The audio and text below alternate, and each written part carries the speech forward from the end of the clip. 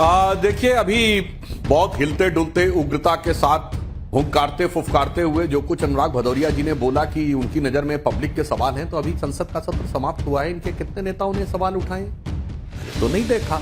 ये कह रहे चुनाव के समय ये मुद्दे बहुत इंपॉर्टेंट हैं, तो अखिलेश यादव जी को इन मुद्दे पे कोई स्ट्रक्चर्ड प्रेस कॉन्फ्रेंस करते हुए तो नहीं देखा। क्या बोलने लगते हैं। 1950-60 के दशक तक काबुल में 1/3 आबादी हिंदू और सिखों की। चलिए तालिबान के आने के बाद जो सिखों के साथ हुआ, वो सिख कहां जाते। भारतीय जनता पार्टी इस बात पे चर्चा नहीं करना चाहती कि कितने देश के लोग, लाखों लोग हमारा देश छोड़ के चले गए, नागरिकता छोड़ के चले गए। क्यों चले गए? क्यों हमारे देश के लोग रोजी रोटी के लिए विदेशों में जा रहे हैं? उन्हें क्यों नहीं रोक पा रहे हैं? और क्यों हिंदुस्तान के अंदर में हिंदुस्तानी प्रताड़ित हो रहे हैं? क्या किसान हिंदुस्तानी नहीं है? क्या युवा हिंदुस्तानी नहीं है? छात्र हिंदुस्तानी नहीं है? या महिला हिंदुस्तानी नहीं, जिनको घसीटा जाता है? ये सवाल पब्लिक का जनता जानना चाहती है कि चुनाव के कुछ दिन बचे हैं, भारतीय जनता पार्टी यहां पे डिवाइड एंड रूल करने की कोशिश में आ गई। अब वो नफरत की राजनीति को बढ़ावा देना चाहती है। क्यों भाई, आपको क्या जरूरत पड़ी थी? आप इतने दिन तक इंतजार करते रहे कि भाई इलेक्टोरल बॉन्ड की चर्चा ना हो जाए, इसलिए आप आज ही लेके चलिए आपको 60 सेकंड की बजाय मैंने कम से कम 120 सेकंड दे दिए, तो आपने कई सवाल पब्लिक के उठाए हैं। कम से कम आज आप नफरत तो मत फैलाइए, क्योंकि आपको जरूरत नहीं है। बीजेपी वैसे ही बैकफुट में है, अगर मैं आपकी बात समझ रही हूं। उनके सारे दाव विफल हो चुके हैं। और तीसरी बात, इलेक्टोरल बॉन्ड की आपने बात कही। अनुराग भदौरिया जी, एक बार ये तो कह दीजिए कि इस देश का कोर्ट जो है वो निष्पक्ष है, इंस्टीट्यूशंस अभी भी लोकतंत्र के चल रहे हैं, और सब कुछ तबाह नहीं हो गया जैसा आप कहते थे। लेकिन आपने सवाल कई उठाए हैं। सुधांशु त्रिवेदी जी आपको जवाब देंगे। नहीं, अब अनुराग भदौरिया जी आप मौन शासन में बैठेंगे, क्योंकि आपको अपनी सांस अंदर खींचनी है और बाहर छोड़नी है। इसके अलावा अब आपको कुछ अलाउड नहीं है। 120 सेकंड मैंने आपको दिए, अब सुनने की कोशिश करिए सुधांशु त्रिवेदी जी को। मैं दोबारा आपके पास आऊंगी। सुधांशु त्रिवेदी जी सिर्फ बोलेंगे, जवाब देंगे, बाकी सब फेडर डाउन। सुधांशु जी। देखिए अभी बहुत हिलते डुलते उग्रता के साथ हुंकारते फुफकारते हुए जो कुछ अनुराग भदौरिया जी ने बोला कि उनकी नजर में पब्लिक के सवाल हैं, तो अभी संसद का सत्र समाप्त हुआ है। इनके कितने नेताओं ने सवाल उठाए मैंने तो नहीं देखा। ये कह रहे चुनाव के समय ये मुद्दे बहुत इंपॉर्टेंट हैं, तो अखिलेश यादव जी को इन मुद्दे पे कोई स्ट्रक्चर्ड प्रेस कॉन्फ्रेंस करते हुए तो नहीं देखा। या ये सिर्फ टीवी पर आकर डिबेट के दौरान हाथ पांव हिलाकर बोलने के लिए है? क्यों नहीं आपके नेता आकर स्ट्रक्चर्ड कॉन्फ्रेंस बताइए। इंडी गठबंधन के लोगों को आपस में लड़ते देखा, एक दूसरे पे आरोप लगाते हुए देखा। अभी संजय निरुपम और जो शिवसेना वाले हैं वो बयान दे रहे, क्यों नहीं इस पे बोल रहे हैं? जिसको आप सब पब्लिक के मुद्दे कह रहे, बोलिए ना देश की अर्थव्यवस्था फैलाने के। आपको पता है कुछ नहीं हो सकता। अब मैं बताना चाहता हूं, मुझे तो आश्चर्य हो रहा है, इसमें डिवाइड एंड रूल कहां से नजर आ रहा है। सुनिए अनुराग जी, मुस्कुराइए, पर अभी आपको एक फैक्ट बताता हूं। 2003 में गृह मंत्रालय ने सिटीजनशिप अमेंडमेंट एक्ट के लिए कमेटी बनाई थी। उस कमेटी के चेयरमैन थे स्वर्गीय प्रणब मुखर्जी, और उसके एक प्रमुख सदस्य अनुराग भदौरिया जी जानते कौन थे? श्री जनेश्वर मिश्रा।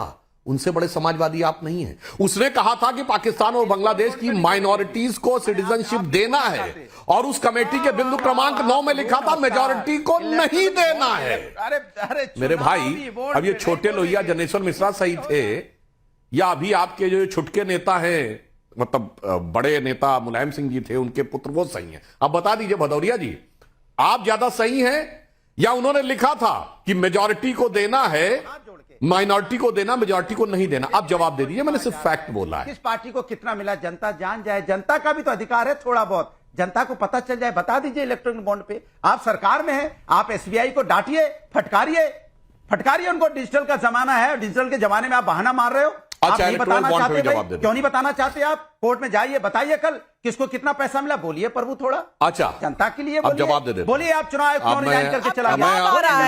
अनुराग भदौरिया जी आप सुन लीजिए, जवाब सुनने के लिए आप इतने आतुर हैं, जवाब सुन लीजिए। अब सुनिए भी भाई, आप लगातार बोलते रहते हैं। नहीं, आप सुनने का काम करिए। आप सुनिए, बोलिए, और उसके बाद सुनिए। बोलिए आप छात्रों पे लाठियां क्यों? हाँ, दोनों एंड के बैट्समैन को खेलने का मौका मिलता है। ये नहीं कि जब वो ओवर चेंज हो जाए कि मैं दूसरे एंड से मैं ही बैटिंग करूंगा। अब सुनिए, मैं जवाब देता हूं। इलेक्टोरल बॉन्ड में हमको 6000 कुछ 100 करोड़ रुपए मिला है, बता रहा हूं आपको। और ये जो आपके साथ खड़े हुए हैं, हाथ नचा के इनसे पूछिए, कांग्रेस को 1133 करोड़ रुपया मिला है। अगर वो खिलाफ थे तो काहे लिया? कितना लिया? 1133 करोड़। गजब है साहब। हम इलेक्टोरल बॉन्ड के खिलाफ भी हैं और हमने ले भी लिया। चलो ले लिया, आप कह रहे हो सरकार नहीं बता रही है, आप भाजपा से पूछ रहे हो, कांग्रेस तो बता दे, अपना बता दे 1133 करोड़ कहां से लिया। और सुनिए, तृणमूल कांग्रेस, ये तो एक रीजनल पार्टी, उसने 1092 करोड़ रुपया लिया है। सिर्फ कांग्रेस से 30 करोड़ कम, 1092 करोड़ एक रीजनल पार्टी ने लिया है। बता दे अपना। मेरे भाई हम पे आरोप लगाओ, बिल्कुल सही, अपना तो बोल दो। कितना दिया? या कुछ जानकारी के बगैर आके केवल हाथ पांव हिलाने लगते हैं। कितना दिया? भाई ना आप उस कमेटी के बारे में जानते हैं, ना हमने तो अपना बता दिया इतना दिया। और हमारी, अगर हमने 6 गुना अधिक पैसा हमारे पास आया है प्रभु, तो कांग्रेस से 6 गुनी अधिक हैसियत हमारी है। कांग्रेस की 52 सीटें, हमारी 303। 52 × 6 कर लीजिए तो हमारी 6 गुनी है। बस ये बात समझिए। ये नॉन स्टॉप बोलने की आदत छोड़िए। आज जो हाथ जोड़ रहे हैं, हाथ जोड़ के बता दीजिए। इंडी गठबंधन वालों से कहिए कि अपना तो बता दें, फिर हम तो पूछे। सर प्रभु, बगल में तृणमूल वाले अपना बता दें, फिर हम तो जनता की तरफ से हाथ जोड़ रहा हूं। प्रभु, किसने किसको कितना रुपया दिया? अरे अब तो सुप्रीम कोर्ट ने कह दिया है ना, अब तो सुप्रीम कोर्ट ने कह दिया है स्टेट बैंक ऑफ इंडिया दे देगा और इलेक्शन कमीशन वेबसाइट पे डाल देगा। तो अब इतने ज्यादा एक्साइटमेंट की जरूरत नहीं है। जब आ जाएगा सब कुछ, जब दूध का दूध और पानी का पानी हो जाएगा ना अनुराग भदौरिया जी, 15 तारीख को आप भी यही हैं, मैं भी यही हूं, 15 तारीख को हम बहुत बड़ी बहस करेंगे सवाल पब्लिक का शो पर। लेकिन अब मैं चलती हूं तहसीन पूनावाला जी के पास। और अनुराग भदौरिया जी, अब ये आपकी अलायंस में पार्टी है, कांग्रेस को सपोर्ट करते हैं, तो इन्हें बोलने का पूरा अधिकार दीजिएगा, बीच में मत डिस्टर्ब करिएगा। तहसीन पूनावाला जी, आप तो पेटिशनर भी हैं सीएए के मामले में। अब मैं आपसे पूछना चाहती हूं तहसीन पूनावाला भाई, कि अब तो ये किसी को भी नागरिकता देने का कानून है और ये फॉर्म भी आ गया है। जो भी प्रताड़ित है वो आए, फॉर्म भरे और उनको मिलेगा। और जो लोग भारत के भीतर आ चुके हैं 2014 31 दिसंबर तक, उनको मिलने वाली है नागरिकता। किसी की तो छीनी नहीं जानी है नागरिकता।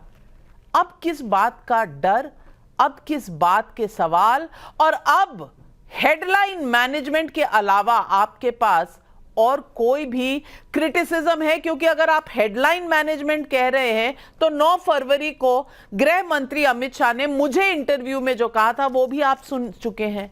अब बताइए कि दिक्कत किस बात की है?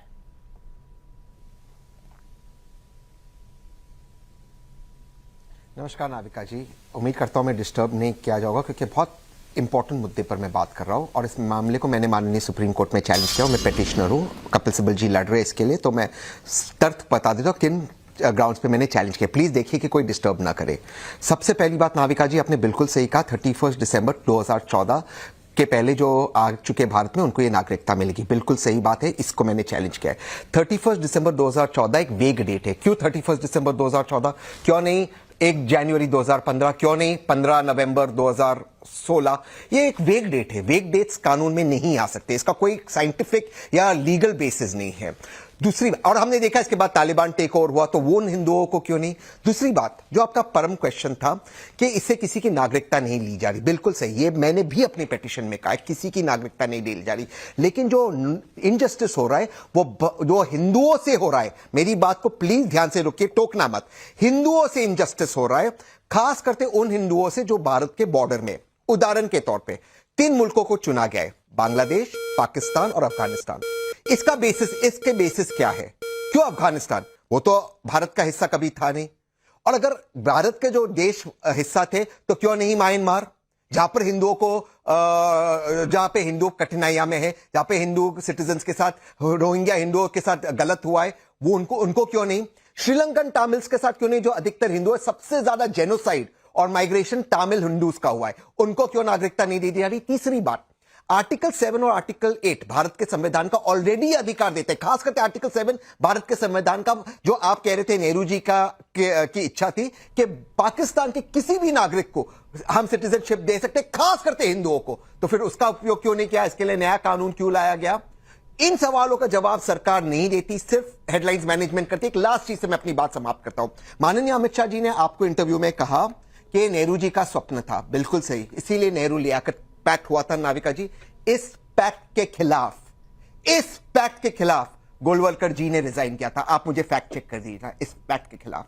तो अमित शाह जी ये कह रहे हैं कि नेहरू जी के रास्ते पे चल रहे और गोलवलकर जी के रास्ते पे नहीं चल रहे। मैं बस ये मेरे पॉइंट्स से आगे के पॉइंट्स में आगे के भाग में बोलूंगा। थैंक यू नाविका जी। तहसीन पूनावाला जी को बिल्कुल सीए से कोई दिक्कत नहीं है, बल्कि वो चाहते हैं कि और भी देशों को इसमें शामिल किया जाए। सुधांशु त्रिवेदी जी जवाब। बिल्कुल है।